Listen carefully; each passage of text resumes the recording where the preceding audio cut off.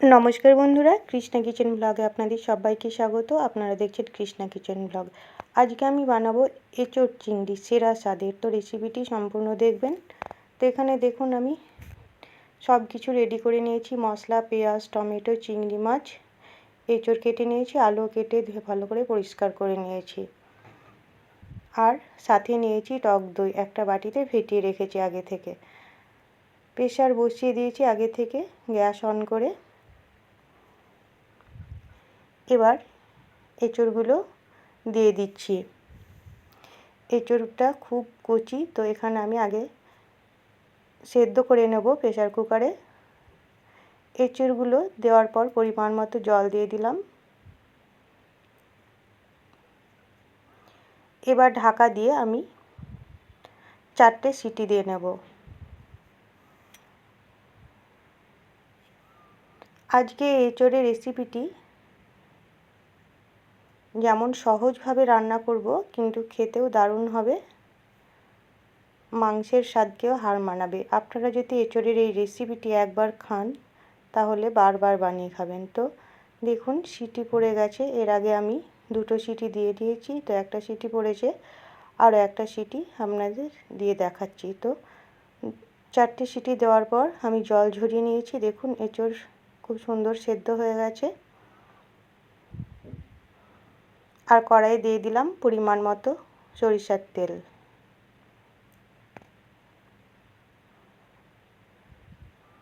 তেল খুব সুন্দর গরম হয়ে গেছে। এবার লবণ হলুদ মাখিয়ে চিংড়ি মাছগুলো দিয়ে ভালো করে ভেজে নেব।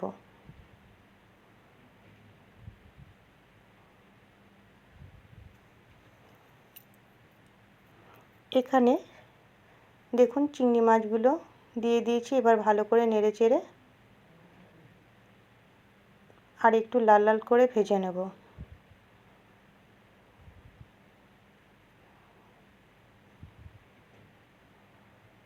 দেখুন কিছুক্ষণ পর চিংড়ি মাছ খুব সুন্দর ভাজা হয়ে গেছে।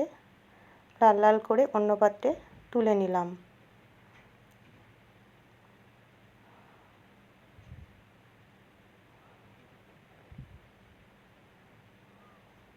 এবার ওই তেলেই আলুগুলো দিয়ে ভেজে নেব।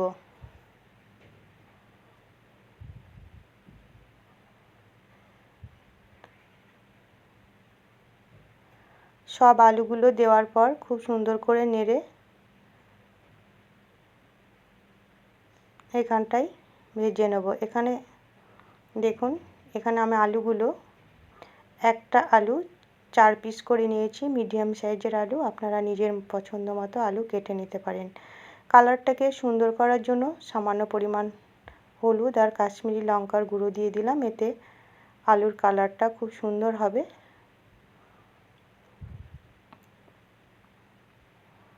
আর আলুগুলো এখানে যত ভালো করে ভেজে নেওয়া হবে রেসিপিটি খুব সুন্দর হবে খেতে। তো আলুগুলো খুব সুন্দর করে ভেজে নিলাম এবং অন্য পাত্রে তুলেও নিলাম। এবার ওই তেলের মধ্যে 2টো তেজপাতা, একটা শুকনো লঙ্কা আর কিছুটা গোটা গরম মশলা দিয়ে দিলাম। দারচিনি, লবঙ্গ, এলাচ আর গোলমরিচ।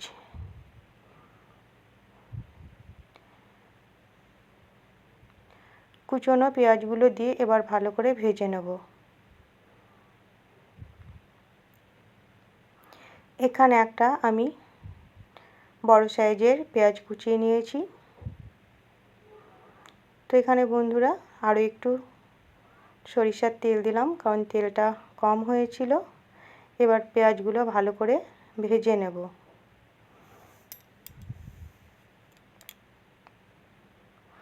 কালারটা একটু চেঞ্জ হয়ে গেছে, দিয়ে দিলাম একটা টমেটো কুচিয়ে। এখানে আমি মাঝারি সাইজের টমেটো নিয়েছি। সামান্য পরিমাণ লবণ দিয়ে দিলাম, এতে টমেটোটা খুব তাড়াতাড়ি কষানো হয়ে যাবে এবং গলেও যাবে। আর একটু তাড়াতাড়ি করার জন্য ঢাকা দিয়ে দিলাম।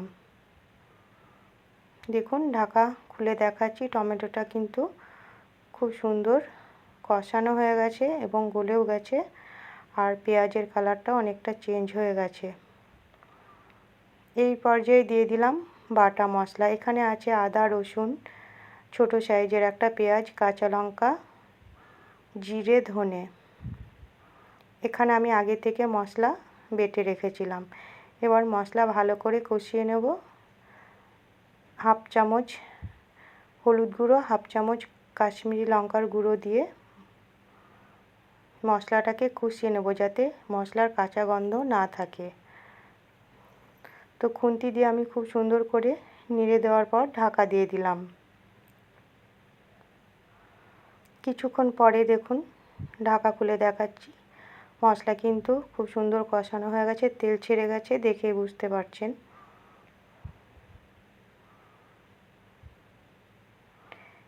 এই পর্যায়ে দিয়ে দিলাম ফেটিয়ে রাখা দই।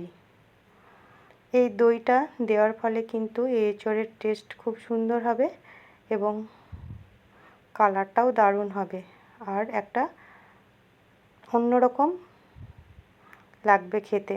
আপনারা অবশ্যই একবার বানাবেন এইভাবে, তাহলেই বুঝতে পারবেন। তো এই বাটিতে সামান্য পরিমাণ জল দিয়ে আবারও ভালো করে কষিয়ে নিচ্ছি।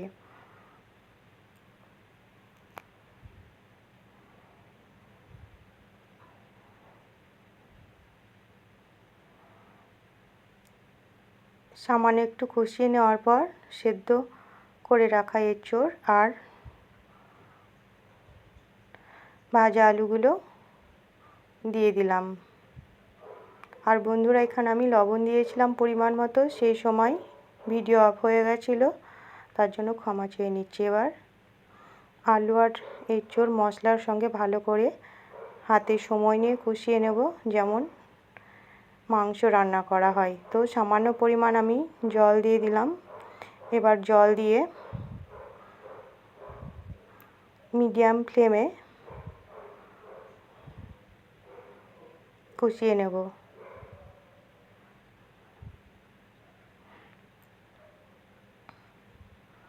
ভালো করে নাড়ার পর ঢাকা দিয়ে দিলাম। আবারও ঢাকা খুলে দেখাচ্ছি কিছুক্ষণ পর। দেখুন খুব সুন্দর তেল ছেড়ে গেছে, কিন্তু আমি আরও একটু কষিয়ে নেব, তাহলে খেতে কিন্তু দারুণ হবে এই এঁচোড় চিংড়ি রেসিপিটি। তো আবারও আমি কিছুক্ষণ পর পর ঢাকা দিয়ে খুব সুন্দর কষিয়ে নিয়েছি। দেখুন যে জলটা ছিল সেই জলটা কিন্তু শুকিয়ে গেছে, দেখে বুঝতে পারছেন।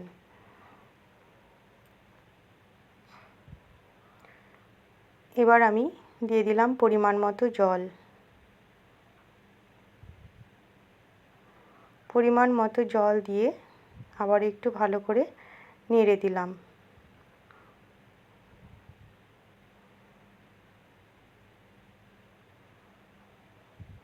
নাড়ার পর ভেজে রাখা চিংড়ি মাছগুলো দিয়ে দিলাম।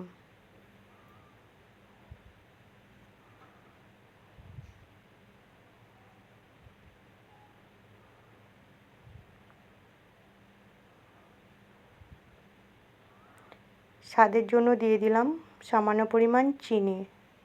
এতে কিন্তু টেস্টটা খুব সুন্দর হবে। আর যেহেতু টমেটো আর টক দই দিয়েছি, এই টকটাকে ব্যালেন্স করার জন্য আমি সামান্য পরিমাণ চিনি দিলাম।